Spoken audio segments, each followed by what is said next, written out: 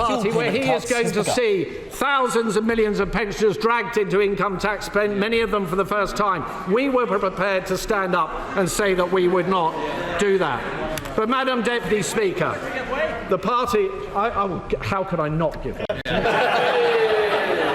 Can I commend the right honourable gentleman for bringing this forward and to be fair to his party as well? This is a massive issue for my constituents across the whole of the United Kingdom.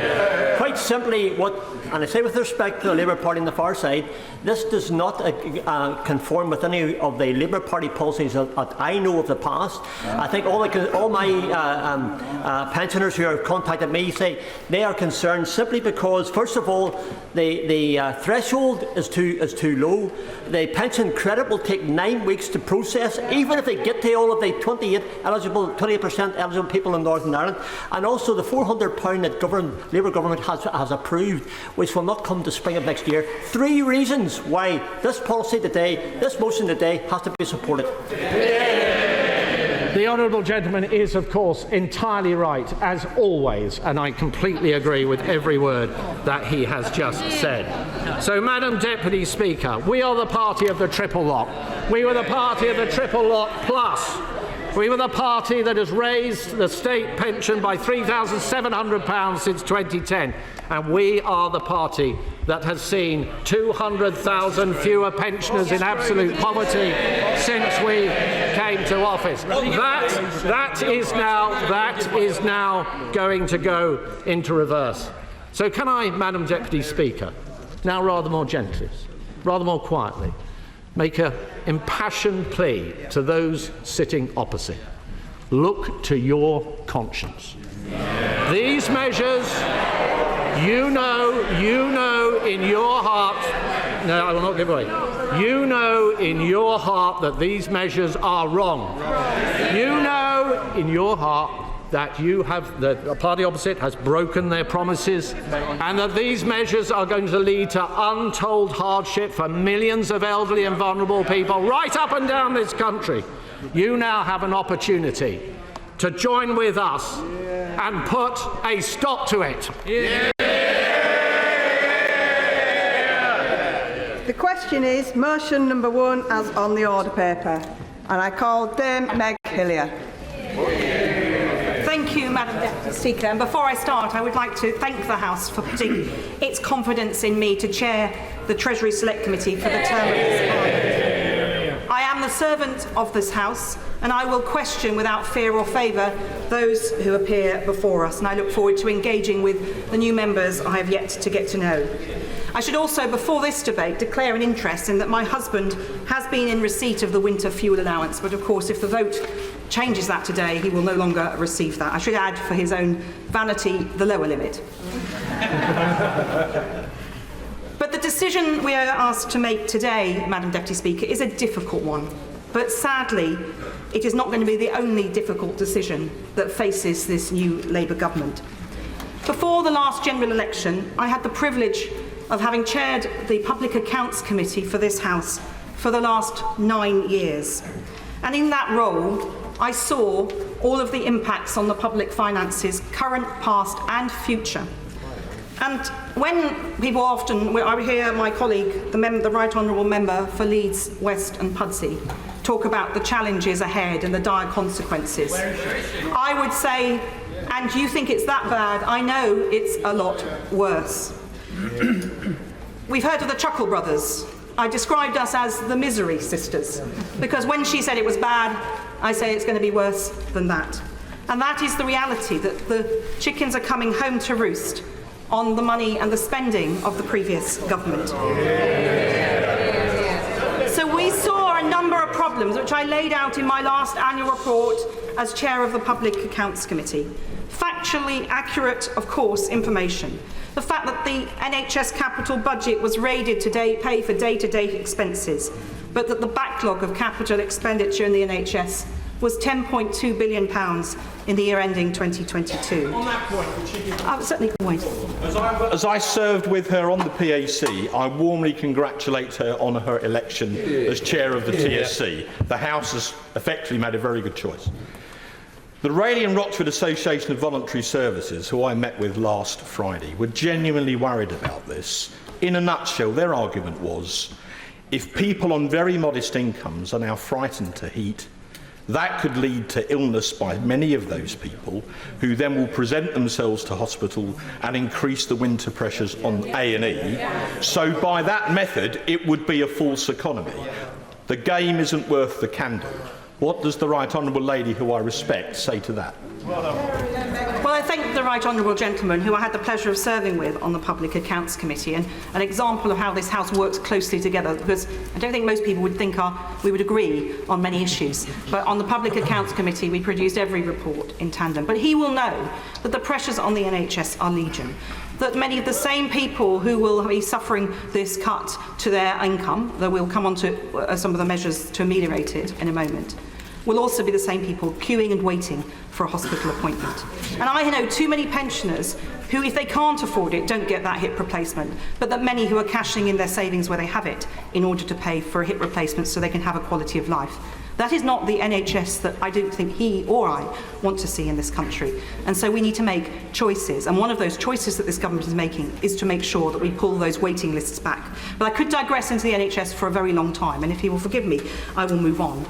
Because we look at our schools estate, again capital funding, the Department for Education itself, under the last government, asked the Treasury for capital funding for schools of £5.3 billion in 2020. It was allocated only £3.1 billion. So there's a big backlog there. If you look at the defence sector, again, many examples, but let me just pick a couple. Decommissioning nuclear submarines. We've been listening to Meg Hillier, the Labour MP and former chair of the Public Accounts Committee, speak in favour of this cut to winter fuel allowances for pensioners. Of course, just before her, we were listening to Mel Stride, the Conservative Shadow Work and Pensions Secretary. Joining us now is the former Conservative Member of Parliament, Miriam Cates. We're going to dip back into the debate as and when there are significant contributions. But Miriam, this is a profound moment in the House of Commons. It really is, and it's I don't envy at all my colleagues, former colleagues on the Conservative benches, because it's going to be a very difficult debate. I also don't envy Labour backbenchers who were elected, they thought, on promises to pensioners which now do appear to be being broken.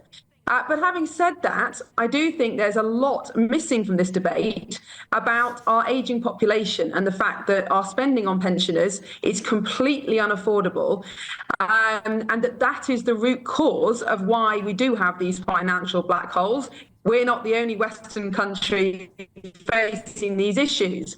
But what I haven't heard discussed at all is the fact that there were only 9 million pensioners just a few years ago. Now there's 11.7 million. In 5 years' time, I think there'll be 14 million. And of course, pensioners by far use the NHS the most. Pensions are now half the social security budget. This is the fact of an ageing population. And the truth is, we cannot go on funding these age-related spending commitments, but nobody seems to be being honest about that. So, Miriam, do you suspect that quite a lot of Conservatives are just jumping on the bandwagon here and using this to beat up the new Prime Minister, when actually ideologically they may well be in favour of means testing these types of benefits? I don't want to disparage my former colleagues, but essentially, yes. I think the honest argument is that we can't afford ever-increasing rises to the state pension, to unmeans-tested benefits. When you think about the fact that child benefit is now means-tested, all sorts of things for families are means-tested, why should pensioners, of whom 1 in 3 are millionaires, get this unmeans-tested benefit? Now, of course, there are arguments about the cost of means testing. There are arguments about people on the edge between being poor and people on the cliff edge, I suppose, of where this will be cut off. Of course there are, but that applies to every single benefit tax you can think of. So I do think that we need to have a much more honest argument and debate about the cost of an ageing society and the fact that we just can't afford these commitments anymore. And if you look at our pension commitments, our public sector pension commitments, all the major economic think tanks say these are completely unfunded. We just don't know where the money's going to come from in 20, 30 years' time. We need to have an honest debate about this. And, credit to Rachel Reeves. I do think this is something that has to happen. Of course, it's also one of the reasons we've had sky-high immigration in the last few years, because the only way to fund the unfunded pension commitments is to grow the population, and we haven't been doing that naturally, so you have to do it artificially, I suppose is the consideration that governments have made. But Miriam, this is very peculiar, watching this House of Commons debate. You've got a Labour MP there in Meg Hillier speaking about fiscal responsibility and reducing expenditure. And then you had Mark Francois and Mel Stride and other Conservatives standing up, saying that actually more money should be spent on benefits. I mean, have I entered some sort of Alice through the looking glass sort of world here? But perhaps swapping sides of the House has meant that they've swapped sides of the debate, I don't know. But again, in Meg Hillier's speech, I mean, again, I have a lot of respect for her. She's a very well respected member of the House. But she wasn't honest about the causes of the financial difficulties. One of the major causes of the financial difficulties is the huge amount of money that the government borrowed and spent during COVID that did push up national debt, that pushed up interest rates, that caused huge spike in inflation.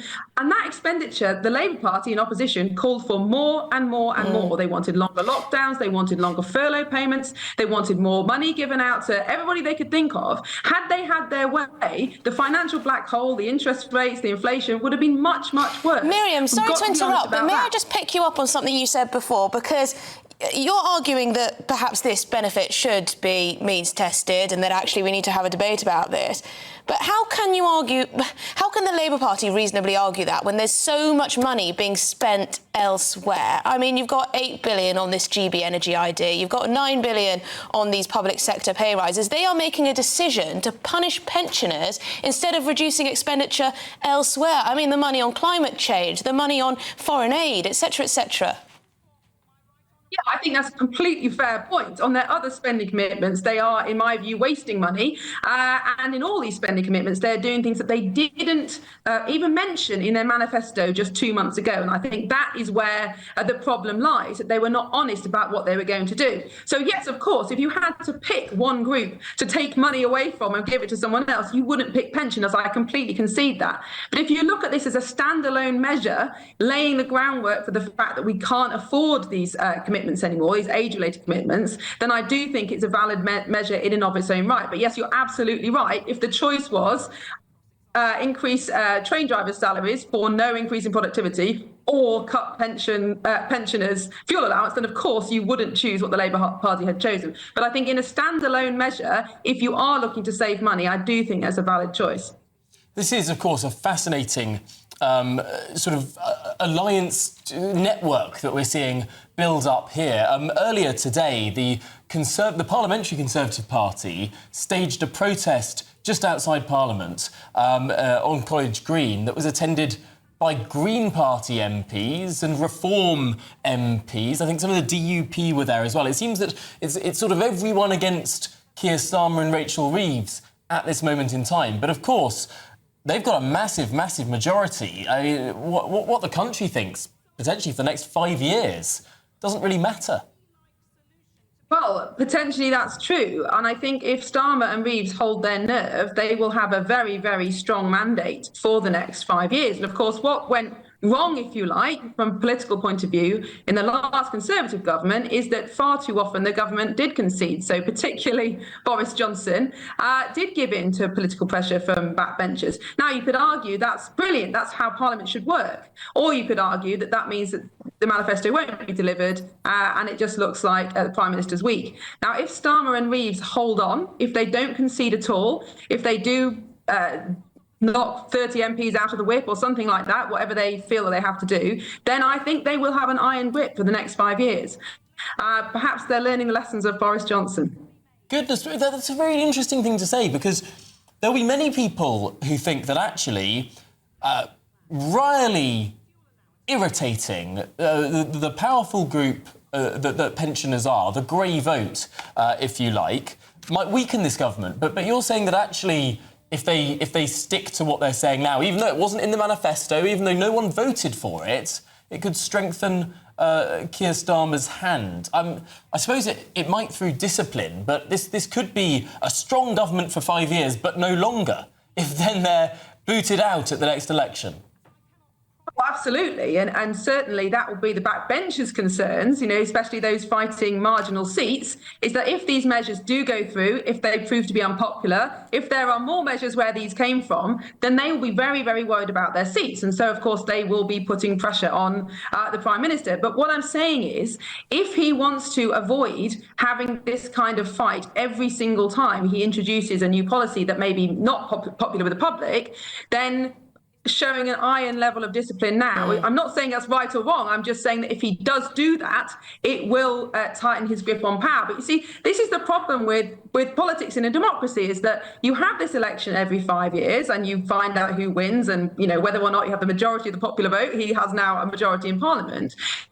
But then you also, particularly in a mass media age, constantly listening to what polls say, to what's said on Twitter, to what the media says, and governments are becoming increasingly sensitive and nervous when they do something unpopular about what it will mean. But how are we going to solve these age-related problems? How are we going to solve big issues that involve costly short-term policies if every time people react and say, oh, no, we don't like that, oh, no, you can't offend that group of voters? We are never going to make any progress, and we are just going to stagnate. And I'm afraid that is what happened over the last 5 years. I think you might well be right there, that Sir Keir Starmer will be good at managing those closest to him, will be good at, I guess, preventing too much disagreement, outwardly anyway, to the public. He's shown that in the way he restored control over the party following Jeremy Corbyn. Perhaps he will have a cast-iron grip over dissenters. Goodness me, a sort of Stalinist presence over Parliament.